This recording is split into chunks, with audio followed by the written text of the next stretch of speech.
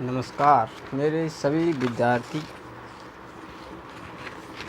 Concept mathematics and physics classes में सभी विद्यार्थियों का स्वागत है और मेरा नाम है संजीव कुमार। आज हम पढ़ाने वाले हैं क्लास इंटरमीडिएट का जो सेकंड चैप्टर के जो न्यूमेरिकल चल रहे थे।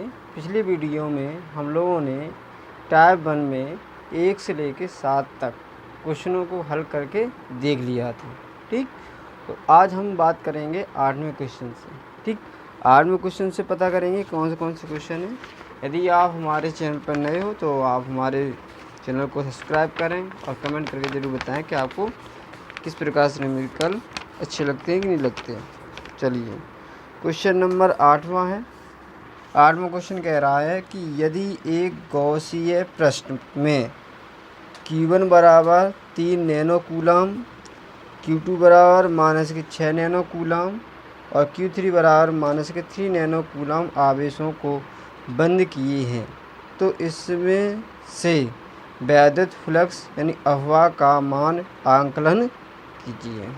चलिए, तो हम गॉसीय पृष्ठ मैंने बताया था, जो गॉसीय पृष्ठ होता है उसकी किसी प्रकार की आकृति नहीं होती है। आप जैसा चाहें आप उस स्थिति में या उस आकृति का आप ग्राफ बना सकते हैं।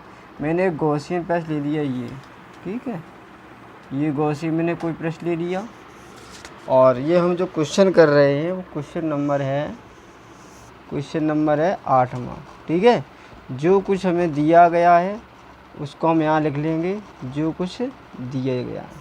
तो क्वेश्चन में दिया है Q1 का मान दिया गया है, यानी इसके अंदर जो Q1 का मान है ये 3 नैनो कूलम। 1 नैनो कूलम बराबर होते हैं 3 × 10⁻⁹ कूलम। और Q2 का मान दिया गया है -6 नैनो कूलम, मतलब -6 × 10⁻⁹ कूलम।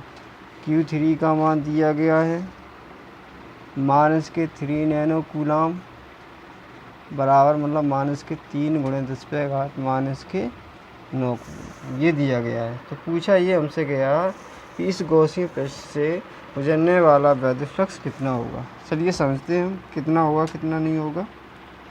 देखो, ये रख दिया मैंने Q1, ये रख दिया मैंने Q2 और ये रख दिया Q3। इसमें तो क्वेश्चन में सिर्फ और सिर्फ 3 ही आवेश दिए, 3 से ज़्यादा भी रख सकते हैं। करने का जो तरीका रहेगा वो तरीका जैसा इस क्वेश्चन को करते हैं वैसे क्वेश्चन को जो भी 5 रख दे, 6 रख दे, कितने भी रख सकते हैं। ठीक है, तो सभी आवेशों के कारण जो वैद्युत फ्लक्स निकालें उसका सबको अलग अलग निकाल। जैसे Q1 द्वारा इस गॉसियन पृष्ठ से कितना वैद्युत फ्लक्स निकलेगा उसको लिख लें, Q2 का जो निकलेगा उसको लिख लें, Q3 को लिख लें, उसके बाद लिख लें। ठीक है, उसके लिए लिख लें। तो हम कह रहे हैं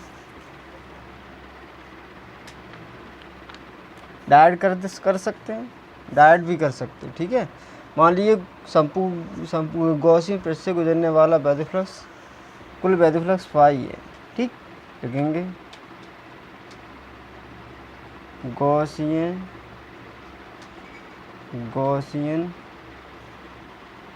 पृष्ठ से गुजरने वाला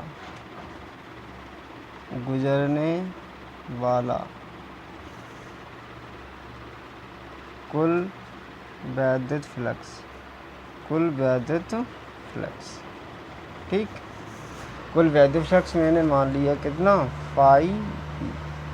अब देखो यहाँ पर अब करना क्या होता है। Q1 के कारण मैंने वैद्युत फ्लक्स मान लिया φ1। क्या मान लिया φ1। ठीक, φ1 मैंने मान लिया। Q2 के कारण गुजरने वाला वैद्युत फ्लक्स मैंने मान लिया φ2, या आप ऐसे ही मान सकते हैं φE1, φE2 और φE3। अब यही क्वेश्चन अगर मैंने बोला था कि यही क्वेश्चन ये कहता कि 5 रखे 6 रखे, तो इसी प्रकार से सीढ़ी को हम पढ़ाते चलते हैं। अब रखते कैसे हैं, φ1 जो वैद्युत फ्लक्स है वो किसके कारण है, Q1 के कारण है। तो Q1 रख लें तो गॉस की प्रमेय की सहायता से क्या होता है, Q/ε0। तो Q1/ε0 plus Q2 upon epsilon 0 plus Q3 upon epsilon 0। जो कॉमन है उससे कॉमन ले लें, 1 अपॉन एप्सिलॉन 0 कॉमन है, कॉमन ले लिया। Q1 का मान रखो, Q1 का मान कितना है, चाहे ई वाला मान रख दें चाहे ई वाला मान रख दें। चलिए रख दें 3 × 10⁻9, ठीक। Q2 का मान रखें, ऐसे पहले लें Q1 plus Q2 plus Q3, इतना ही तो बच्चा, बराबर 1 अपॉन एप्सिलॉन 0। Q1 का मान रख लो, कितना है 3 × 10⁻9 प्लस Q2 का मान माइनस में है, माइनस शायद रखते, ये ध्यान रखना, प्लस और माइनस क्या हो जाएगा, -6 × 10⁻9, और ये भी माइनस है, माइनस प्लस माइनस 3 × 10⁻9, ठीक, ये हो जाएगा। तो ये चीज़ कैंसिल हो जाएगी क्योंकि मान राशि। इस चित्र को आप बनाते चलना, ये ध्यान रहे।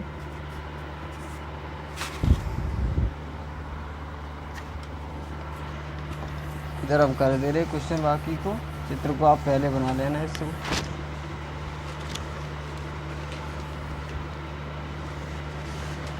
बचा क्या, बचा है फाई ई बराबर -6 × 10⁻9 अपॉन एप्सिलॉन 0। एप्सिलॉन 0 का मान कितना है, फाई ई बराबर -6 × 10⁻9। इसका एप्सिलॉन 0 का मान कितना होता है, 8.85 × 10⁻12, ठीक। ऊपर ले जाओ, किसके जाएंगे, प्लस के, -6 × 12 में से कितने बचे, 3 और 8.85, इससे हटाएंगे कितने हो जाएंगे, 600/885, ये 10 प्लस के 3 संख्या, तो कितने कर लें, 6000 कर लें, 6000 10/2 अपॉन 8 से 85, ये हमारा आ जाता है। अब मुझे क्या करना है, इसमें भाग लेना है। तो 8 से 85 कितने बार जाएगा, 7 बार चला जाएगा, 7 बार नहीं, जो आंसर है वही है, क्या है, ये आंसर आएगा -6.78 न्यूटन मीटर स्क्वायर प्रति कूलम, ठीक है। एक ही बात है, इन्वर्स। तो ये आपका आ जाता है आंसर क्वेश्चन नंबर 8। इसको आप नोट कर लेंगे, ठीक, वीडियो रोक कर। नेक्स्ट क्वेश्चन है, नेक्स्ट क्वेश्चन को समझे। क्वेश्चन नंबर 9, एल भुजा वाले घन के केंद्र पर बिंदु आवेश +Q रखा है। घन के नंबर 1 में संपूर्ण पृष्ठ से गुजरने वाला वैद्युत फ्लक्स पूछा है और किसी एक फलक से गुजरने वाला वैद्युत फ्लक्स पूछा है। क्वेश्चन नंबर पहला और क्वेश्चन नंबर 9 बिल्कुल सेम टू सेम है, वही बिल्कुल नोट कर दीजिए, आपका आंसर आ जाएगा, ठीक है। ये पहले हम लोग लिखते थे, क्या लिखते थे, गॉस की प्रमेय की सहायता से संपूर्ण पृष्ठ से गुजरने वाला वैद्युत फ्लक्स कितना आया था, फाई ई बराबर है Q/एप्सिलॉन। तो ये हमारा पहला आंसर हो जाता है, ठीक है। उसके बाद लिखते हैं, इसमें 6 फलक होते हैं, तो एक फ्लक्स से गुजरने वाला वैद्युत फ्लक्स फाई ई डैश बराबर आता था Q/6 एप्सिलॉन 0। तो बिल्कुल सेम टू सेम पहले जैसा है, पहले पूरा नोट कर दीजिए। क्वेश्चन नंबर 9 हो जाता है। अब क्वेश्चन नंबर हम 10 की बात करते हैं। 10वां क्वेश्चन क्या कह रहा है, 10वां क्वेश्चन कह रहा है किसी बंद पृष्ठ में प्रवेश करने वाला तथा पृष्ठ से बाहर निकलने वाला वैद्युत फ्लक्स क्रमशः 2 × 10⁻³ और 8 × 10⁻³ वोल्ट मीटर है। बंद पृष्ठ के भीतर परिबद्ध आवेश की गणना कीजिए। अब यहाँ पर एक कॉन्सेप्ट आपको याद रखना, मैंने बताया था कि यदि किसी पृष्ठ में वैद्युत बल रेखाएं अगर प्रवेश करती हैं तो इसका मतलब हुआ कि उस पृष्ठ से गुजरने वाला जो वैद्युत फ्लक्स होगा वो कैसा होगा, धनात्मक दिया जाएगा, ठीक। अगर किसी वैद्युत फ्लक्स से वैद्युत बल रेखाएं निकल रही हैं तो अगर प्रवेश कर रही हैं तो ऋणात्मक होता है, अगर उसमें से बाहर निकल रही हैं तो होता है तुम्हारा धनात्मक, ठीक। ये होता है क्वेश्चन नंबर 9। अब क्वेश्चन नंबर से और क्लियर हो जाएगा। क्वेश्चन ये कह रहा है कि किसी बंद पृष्ठ है, मैंने ये बंद पृष्ठ मैंने मान लिया है ना, ये बंद पृष्ठ है, ठीक। इस बंद पृष्ठ से बाहर निकलने वाला वैद्युत फ्लक्स जो है, ये जो बाहर निकलने वाला वैद्युत फ्लक्स जो है वो मैंने मान लिया φ1 या φE1, ठीक है, φE1 मान लिया। और इसमें जो प्रवेश करने वाला जो वैद्युत फ्लक्स है, ये वैद्युत रेखाओं की संख्या तो वैद्युत फ्लक्स कहते हैं, इसको मैंने मान लिया कितना, φE2, ठीक। अब मैंने बताया था जो निकलने वाला वैद्युत फ्लक्स उसको लेते हैं धनात्मक, और जो प्रवेश करने वाला होता है उसको लेते हैं ऋणात्मक। तो हम φE1 का मान कितना हो जाएगा, प्लस में हो जाएगा। φE1 बराबर प्लस के कितना है, 2 × 10⁻³ वोल्ट मीटर। और जो प्रवेश करने वाला है इसको मैंने E2 मान लिया, माइनस में लेंगे 8 × 10⁻³ वोल्ट मीटर, ठीक है। पूछा गया है संपूर्ण पृष्ठ जो इस पृष्ठ के अंदर आवेश रखा वो कितना रखा हुआ है, कुल आवेश हमसे पूछा है। तो गॉस के नियम से, गॉस के नियम के अनुसार क्या होता है, φE बराबर कुल वैद्युत फ्लक्स Q/ε0। अब φE का मान, कहाँ है, जो कुल वैद्युत फ्लक्स है, जो कुल वैद्युत फ्लक्स वो इन दोनों के योग के बराबर होगा। कैसा हो जाएगा, φE1 प्लस φE2 बराबर, अगर आप ऐसे भी नहीं समझ पाए हो तो मैं बताना चाहूँगा, ऐसे भी कर सकते हैं।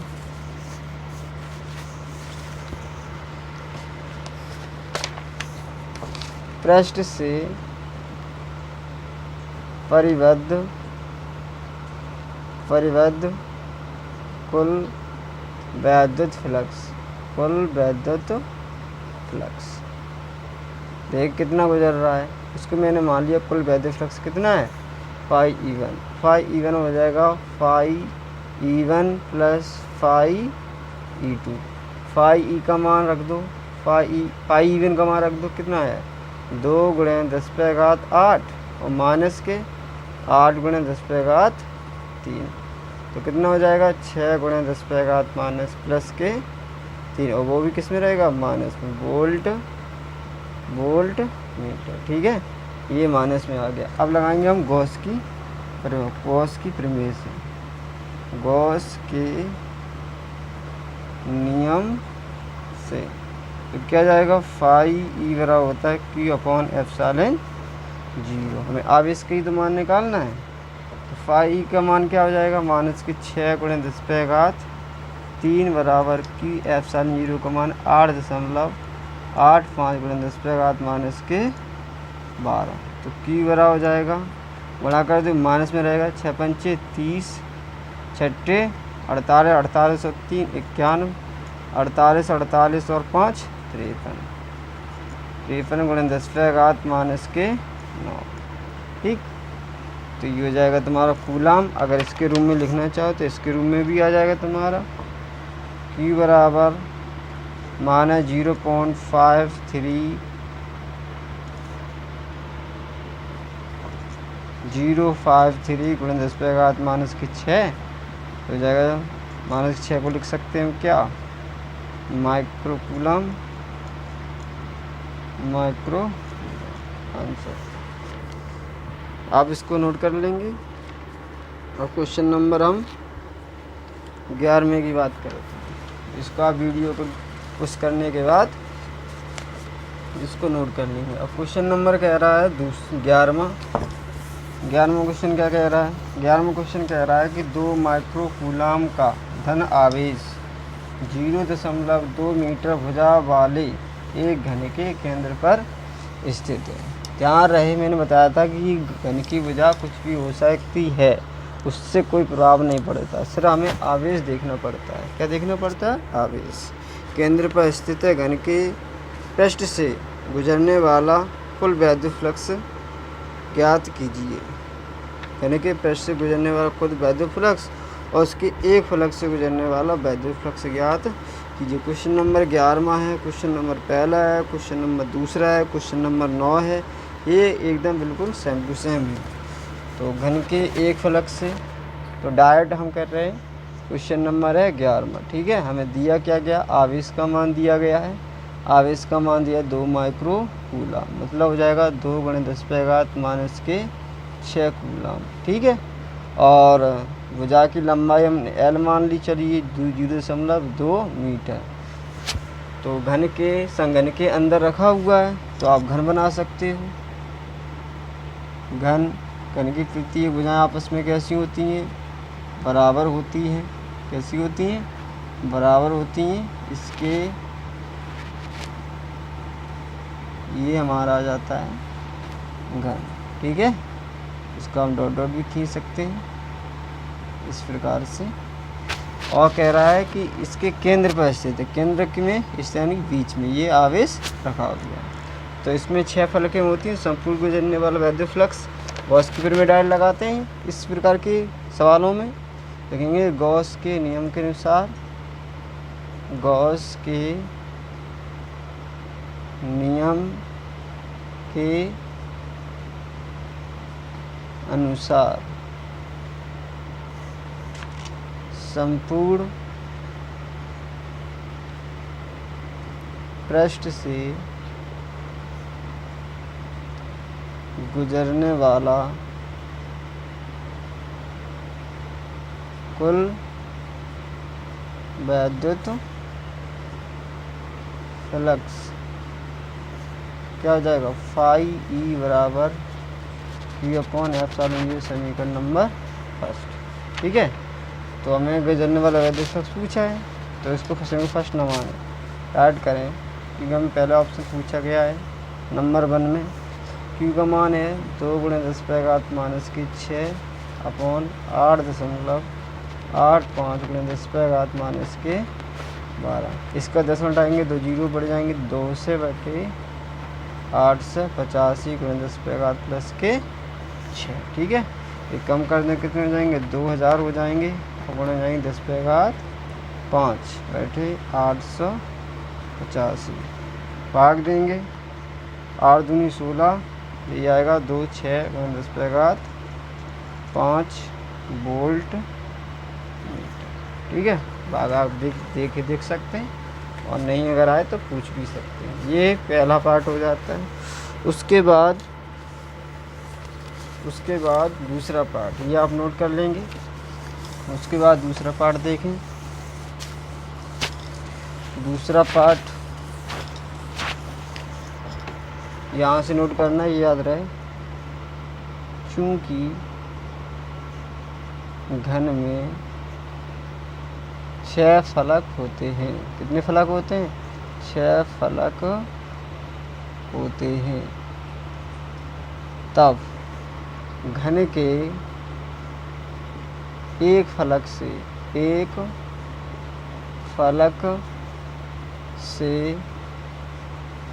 गुजरने वाला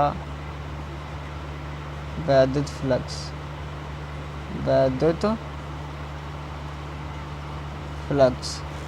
तो कुल वैद्युत फ्लक्स फाई ई और 6 अलग अलग फलकों से गुजरने वाला वैद्युत फ्लक्स के गुना के बराबर होगा।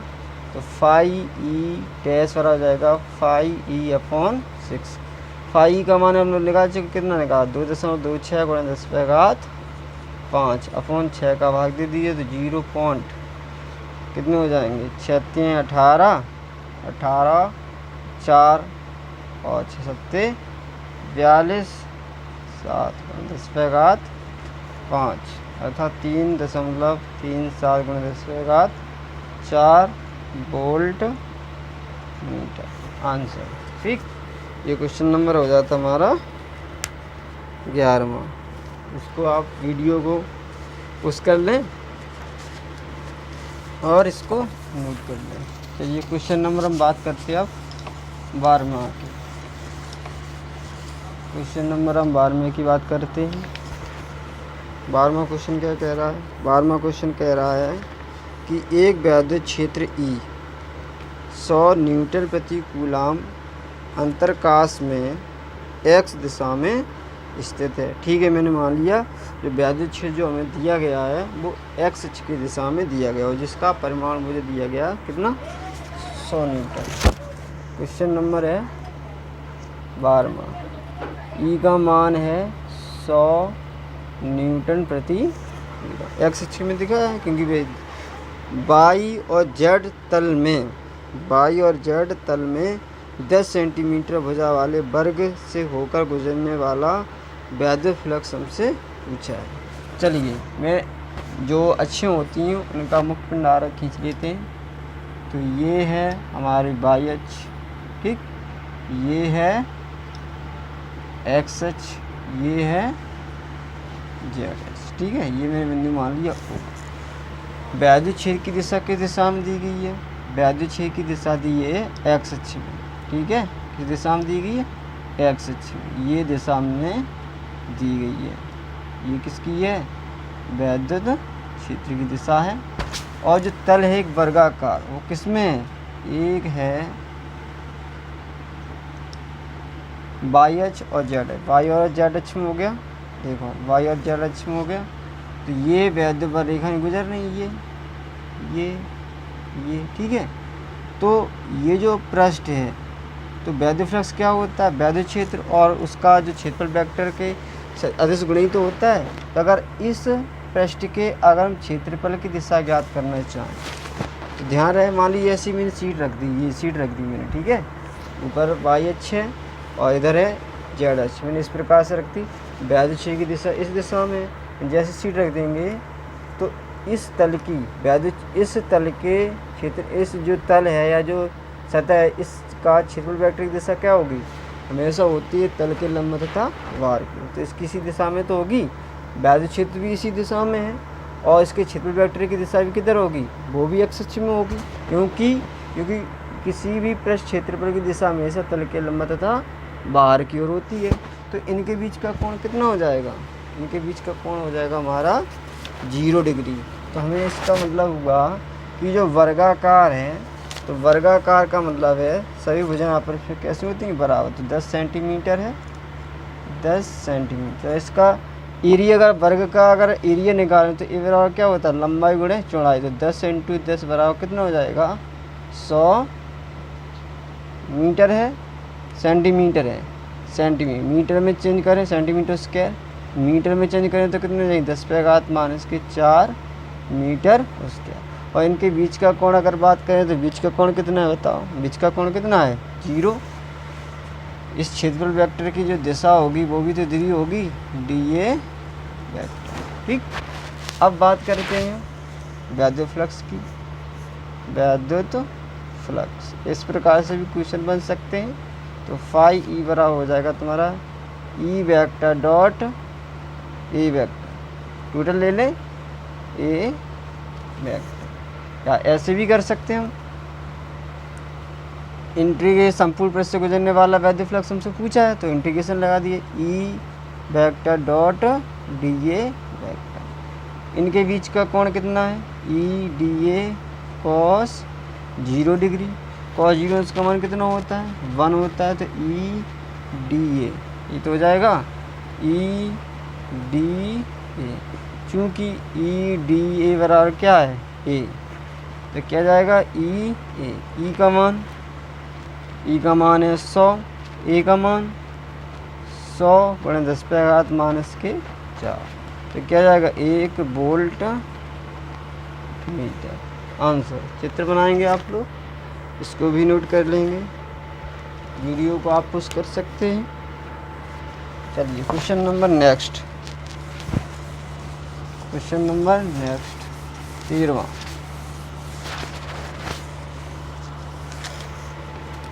13वां क्वेश्चन है। 13वां क्वेश्चन क्या कहता है हमसे? एक माइक्रो कूलाम का एक बिंदु आवेश 50 सेंटीमीटर भुजा वाले एक घन के केंद्र पर स्थित है। घन के संपूर्ण पृष्ठ से गुजरने वाला विद्युत फ्लक्स की गणना कीजिए। यदि आवेश केंद्र पर नहीं है तो विद्युत फ्लक्स कितना होगा? देखो, इसका जो पहला पार्ट हमसे पूछा है घन के संपूर्ण पृष्ठ से गुजरने वाला विद्युत फ्लक्स, मैं नहीं बताऊंगा। इसलिए नहीं बताऊँ कि क्वेश्चन नंबर जो 13वां है वो क्वेश्चन नंबर 11 जैसा है। ऐसा उसका पहला ऑप्शन है, ऐसी पहला ऑप्शन इसका है। तो इसका जो मान सिर्फ चेंज कर दिया गया। ठीक, क्या कर दिया, मान चेंज कर दिया गया। लेकिन बस इसमें एक दूसरा कॉन्सेप्ट है, यानी दूसरा जो क्वेश्चन पूछा है उसके बारे में हम बता देते हैं। चलिए मैंने घन मान लिया, दूसरे ऑप्शन के हम आंसर की बात करते हैं। मैंने घन बना लिया,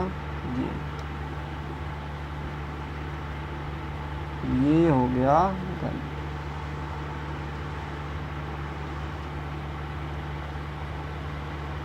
ये हो गया घन, ठीक है, ये हो गया घन।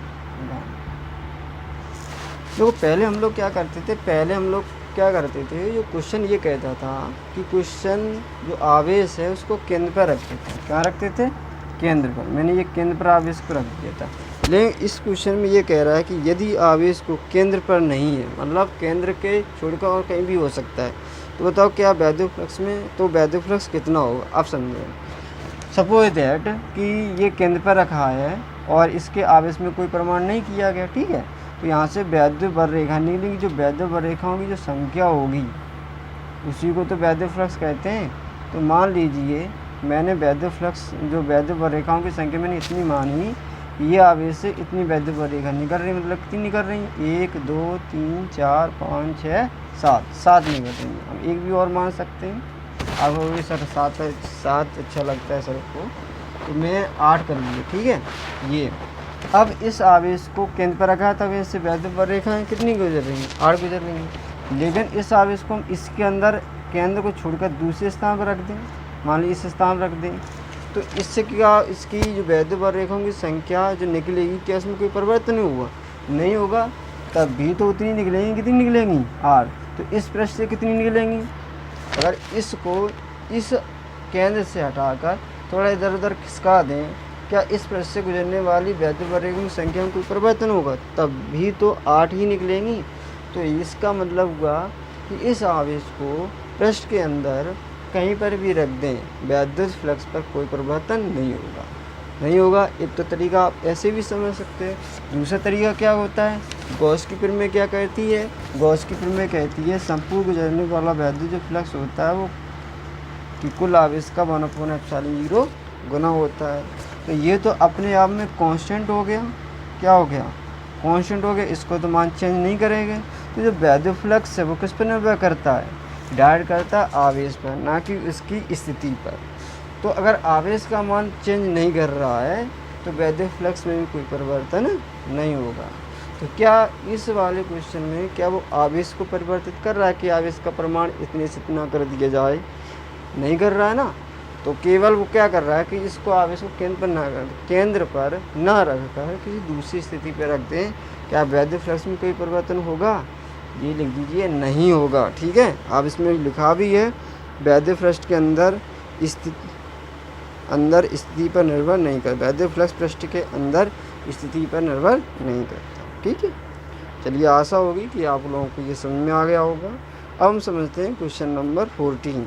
क्वेश्चन नंबर 14 क्या कह रहा है, क्वेश्चन नंबर 14 कह रहा है कि 10 सेंटीमीटर त्रिज्या के एक गोलीय गॉसियन पृष्ठ के केंद्र पर स्थित बिंदु आवेश के कारण पृष्ठ से गुजरने वाला पृष्ठ से -750 न्यूटन मीटर स्क्वायर प्रति कूलम वैद्युत फ्लक्स गुजरता है।